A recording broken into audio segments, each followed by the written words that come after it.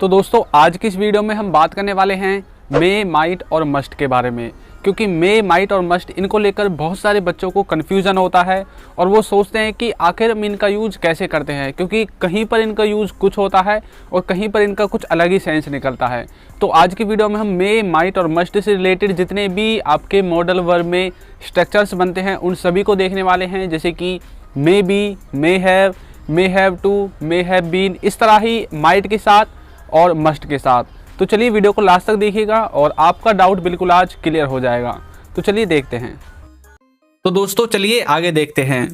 तो यहाँ पर देखिए, सबसे पहले मैं आपको इसके बेसिक कॉन्सेप्ट के बारे में बताता हूँ, यानी कि मे, माइट और मस्ट इन सब को हम पॉसिबिलिटी में यूज़ करते हैं। यानी कि किसी सेंटेंस को जब हम बोलते हैं या फिर लिखते हैं तो उसका कुछ ना कुछ चांस होता है, भाई इस सेंटेंस को जो हम बोल रहे हैं इस कार्य को होने का इतने % चांस है। जैसे कि वह आ रहा है तो उसके आने का कुछ ना कुछ चांस तो होगा, कुछ ना कुछ पॉसिबिलिटी तो होगी कि भाई उसकी आने की पॉसिबिलिटी इतनी है या फिर इतनी नहीं है।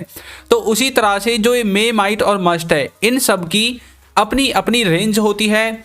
यानी कि जैसे मे है, मे की जो रेंज है पॉसिबिलिटी में वो है 50%, यानी कि ये हाफ हाफ दिखाता है। जैसे कि आसमान में बादल हो रहे हैं और बादलों में होने की वजह से अब आप बोल रहे हैं कि शायद वर्षा हो सकती है।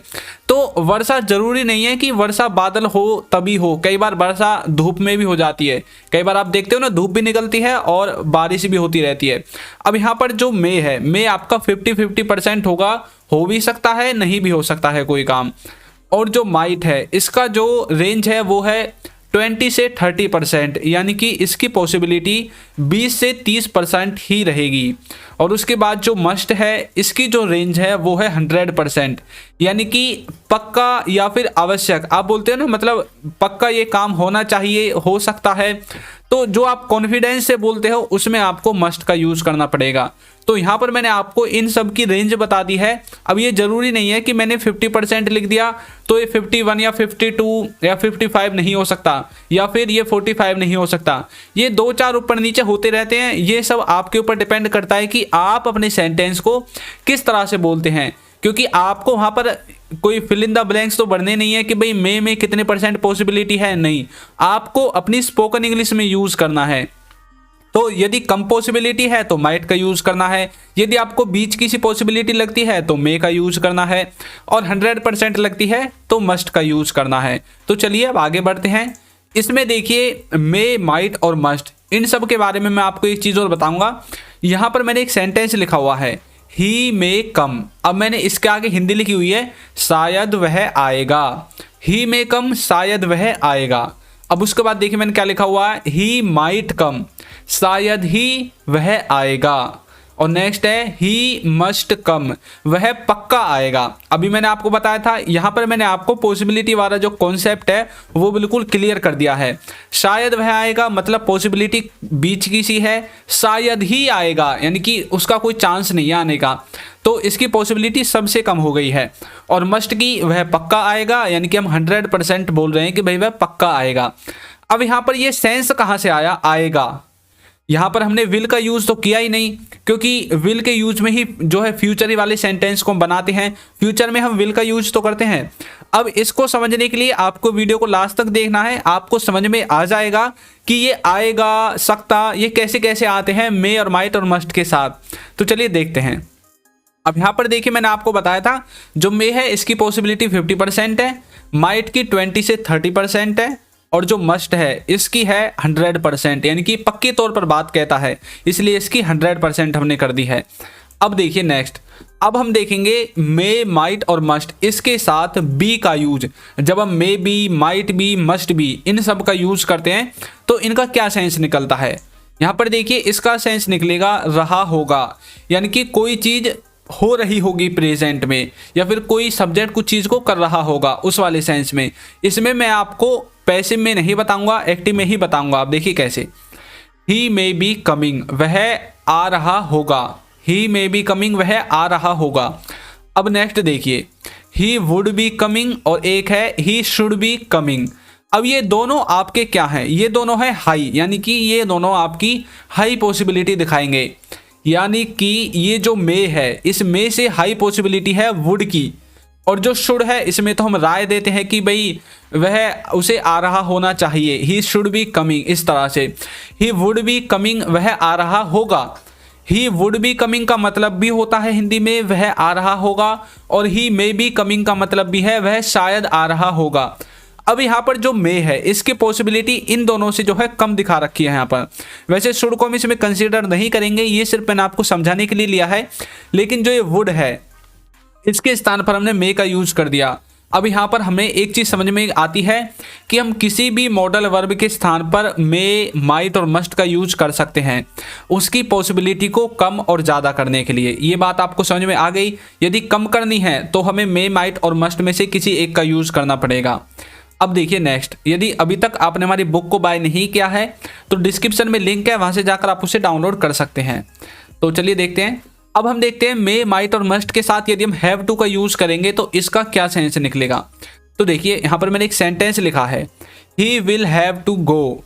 इसका मतलब है उसे जाना पड़ेगा। अब विल हैव टू मतलब हम फ्यूचर के बारे में बात कर रहे हैं, कोई कंपल्सन वाली चीज है, कोई मजबूरी वाली चीज है कि भाई उसे जाना पड़ेगा।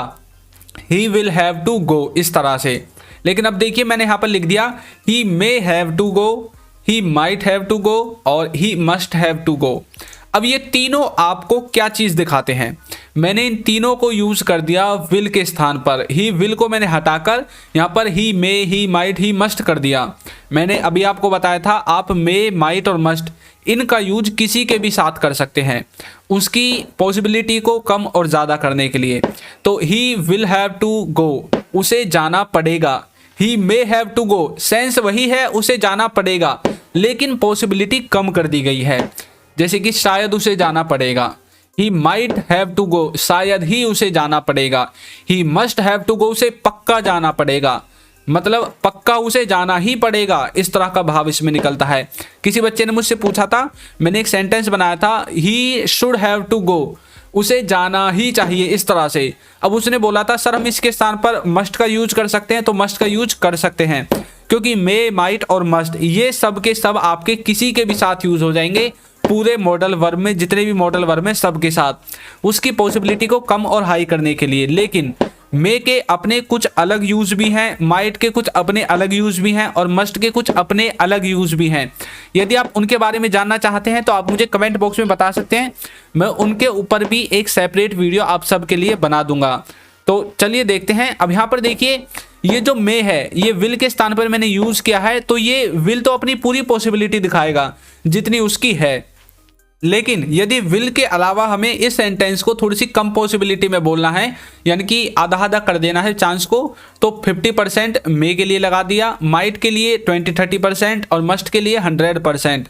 तो इस तरह से मे, माइट और मस्ट इन सब का यूज आप हैव टू के साथ कर सकते हैं। जैसे he may have to sleep, he may have to जैसे कि कम, इस तरह से और भी जो वर्ब है उन सब का यूज आप अपना जो है हैव टू के बाद लगा सकते हैं और उससे पहले जो मे है, माइट है, मस्ट है, इनमें से किसी एक का यूज कर सकते हैं।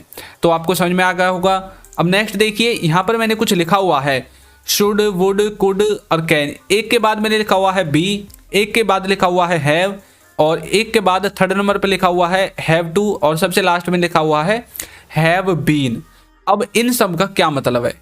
देखिए हम should be, would be, could be, can be पढ़ते हैं कई बार।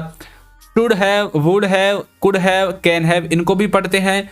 Should have to, would have to, can have to, could have to और इसी तरह से should have been, would have been, could have been और कैन हैव बीन। इन सब के ऊपर मैंने सेपरेट वीडियो बना रखी है कि इनका आखिर सेंस होता क्या है।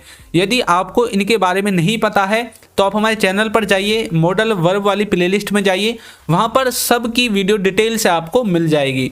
अब यहाँ पर एक चीज देखिए, इन सब के स्थान पर यानी कि जैसे हम बोलते हैं शुड बी के स्थान पर हम यूज कर सकते हैं may be, might be, must be का।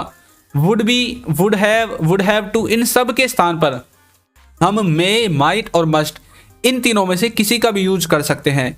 कोई रुकावट नहीं है, कोई ऐसी मजबूरी नहीं है कि भाई हमें इसका ही यूज करना पड़ेगा, नहीं। यदि पॉसिबिलिटी को कम ज़्यादा ऊपर नीचे लेकर आपको आना है तो आप इनका यूज कर सकते हैं। आप जब इंग्लिश बोलो तो बिल्कुल फ्री होकर बोलो, यानी कि कोई भी प्रेशर अपने माइंड को मत दो, जो मुंह पे आ रहा है उसको बोलो, आपको जो समझ में आता है उसे समझकर उसे ही बोलो। और जब आपको लगे कि अब आपको आपके मुंह को उस चीज़ की प्रैक्टिस हो गई है, तब आपको उसे सुधारने का मौका मिल जाएगा। आपको खुद लगने लगेगा कि भाई इस सेंटेंस को तो मैं गलत बोल रहा हूँ, इस तरह से। तो आपके समझ में आया। अब मैं सिर्फ आपकी प्रैक्टिस के लिए आपको एक सेंटेंस देता हूँ और आपको बताना है कि इसकी हिंदी क्या क्या हो सकती है। मैंने यहाँ पर लिख दिया है ही माइट बी वॉचिंग। तो इसकी हिंदी आपको कमेंट बॉक्स में बतानी है। तो कमेंट बॉक्स आप सबके लिए खाली है। तो वीडियो आपको कैसी लगी है ज़रूर बताइएगा।